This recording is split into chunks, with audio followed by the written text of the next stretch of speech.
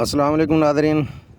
अज 21 अगस्त जुमेरात का दिन 2025 दिन के 4 बजे ने तकरीबन थोड़े सामने सतलुज दरिया सतलुज के हवाले के ताज़ा तरीन अपडेट लैके हाजिर होया कि दरिया सतलुज के विच गंडा सिंह वाला के मुकाम ते दरमियाने दर्जे के सैलाब की वार्निंग दे दी गई।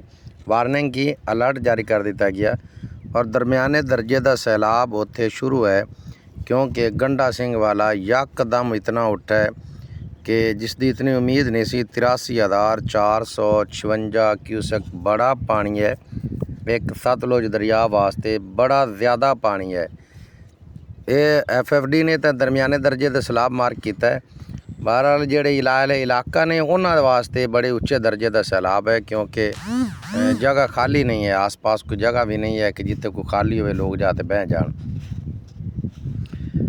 अगर पौंग डैम जोड़ा है उनके विचों 67,699 क्यूसेक पानी जोड़ा आ रही है सुबह 6 बजे का हरी के हैड वाल दरिया ब्यास के राही और पाकड़ा के विचों 43,000 क्यूसेक पानी आ रही है दरिया सतलुज दरा है हरी के हैड ते। और हरी के हैड ते मैनू कुछ अफवाह मिलियां ने कि कुछ ने आखा 97,000 क्यूसेक पानी चलता पिया है, कुछ ने आखा कि नहीं 1,05,000 तक उत्थे सूई चौं गई है। तो ये मुख्तलिफ अफवाह ने अजे तक इंडिया की गौरमेंट ने कोई अपनी ऑफिशली वैबसाइट पर इस तरीके का कोई भी अलर्ट जारी नहीं किया। जोड़ा उत्थों का है नोटिफिकेशन जारी होया उस तो अजे तक नवा नहीं आया। जिमें भी नवा आएगा उमें मैं इंशाल्लाह तुहानू अपडेट करांगा। हरी के हैड ते 1,06,779 क्यूसेक पानी इनफ्लो कर रही है और 84,760 क्यूसेक पानी ये आउटफ्लो कर रही है जोड़ा हैड गंडा सिंह वाला आ रही है।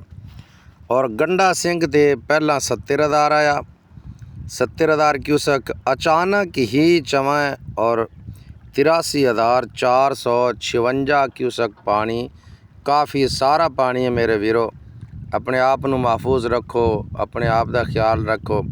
ਜਿਹੜੀਆਂ ਥਾਵਾਂ ਤੇ पहले पानी नहीं चढ़ा उन्होंने थावां ते पानी ज़रूर चढ़ जाएगा क्योंकि 83,000 पानी काफ़ी सारा है।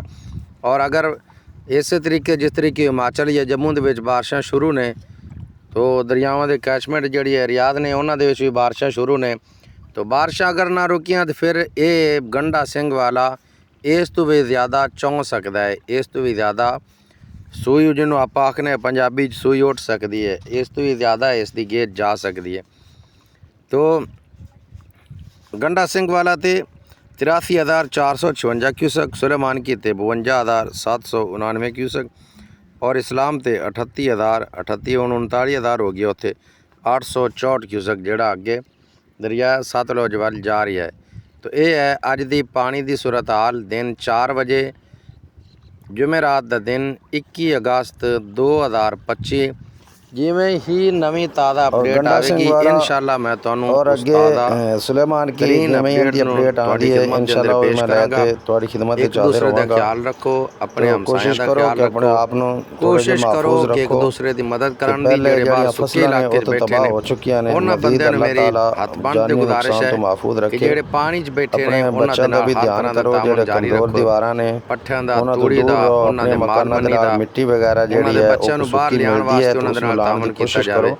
अस्सलाम वालेकुम व रहमतुल्लाहि तआला व बरकातुहू।